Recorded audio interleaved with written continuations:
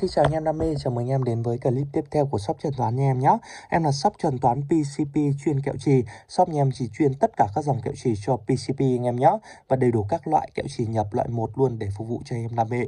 Và giá em đang bán cho anh em cực kỳ hợp lý cho anh em luôn, chỉ 450.000 trên một cân. Tặng khuyến mãi thêm cho anh em thêm 3 lạng nữa anh em nhé, là anh em sẽ có là 1 cân 3 đấy. Và shop nhà em ấy thì luôn miễn phí ship COD toàn quốc cho anh em luôn. Anh em nhận hàng thanh toán tiền và hàng của nhà mình là không đồng tiền anh em nhé. Và hôm nay shop nhà em cập đến giới thiệu anh em đam mê là một dòng kẹo chì hộp nhôm Epic Igon anh em nhé, là một dòng kẹo chì lấm ngắn mập, hàng kẹo chì siêu chuẩn đẹp luôn. Dòng kẹo chì này thì giá chỉ 450.000 trên một cân, tặng khuyến mãi thêm cho anh em thêm 3 lạng nữa để anh em có nhiều kẹo ngon để chơi trong cái mùa săn này anh em nhé.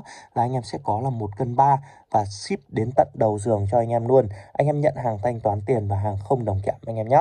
Anh em nào tin tưởng quý mến thì hãy nhấc máy lên gọi điện đến em để em tư vấn và gửi cho anh em. Còn anh em nào mới chưa đủ tin tưởng thì hãy theo dõi kênh em thêm để tìm hiểu thêm về độ uy tín của shop nhà em nhé. Shop Trần Toán nhà em thì luôn cam kết và bảo hành chất lượng đến tận tay khách hàng luôn. Đấy, và dòng kẹo chì hộp nhôm Epic Igon này thì mỗi một hộp sẽ là 6 lạng rưỡi, 2 hộp sẽ là 1 cân 3. Anh em nào mà chưa tin tưởng có thể về đổ ra túi bóng nhá. Anh em đặt lên cân, anh em cân lại giúp mình, kiểm tra lại xem mình bán hàng có đủ hay không. Đấy, và hàng thì anh em chỉ cần cầm lên tay anh em đã thấy là cái hàng rất là đẹp luôn anh em nhé. Đấy, váy thì cực kỳ đều luôn, rất là đều và đẹp luôn anh em à. Hàng cam kết với anh em là không một tí ba vía góc cạnh nào. Đấy, luôn hỗ trợ bán nửa cân là 250 bao ship để anh em mua thử và trải nghiệm nhé. Anh em mua nửa cân thì sẽ không có quà tặng, còn anh em mua từ 1 cân sẽ được tặng thêm 3 lạng nữa là 1 cân 3, là rất lợi thế anh em nhé.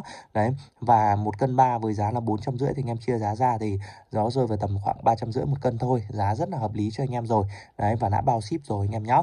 Đấy, hàng kẹo chì của nhà em thì bao chuẩn bao đẹp, dòng kẹo chì này không kén cành, cành nào chơi cũng phù hợp và ok anh em nhé. Kích thước nhà em có đầy đủ từ 4.5, 4.52, 4.54, 5.5, 552, 554, 556, 635, 638 và 6.40 để cho anh em lựa chọn và tăng size nhé. Đầy đủ các size luôn anh em ạ. Đấy, dòng kẹo chì này thì em đảm bảo anh em về chơi sẽ rất hài lòng với chất lượng sản phẩm luôn anh em nhé. Đấy, tất cả là kẹo chì mềm 100% và không bao bia. Đấy, và dòng kẹo chì này thì không bao giờ kén cành nhá, cành nào chơi cũng phù hợp và ok, bao độ chuẩn cho anh em là trên 100m cho anh em luôn. Đấy, hàng quá là ok luôn cho anh em nhá. Đấy, anh em đang quan tâm đến sản phẩm thì hãy nhanh tay nhấc máy gọi điện đến shop nhá.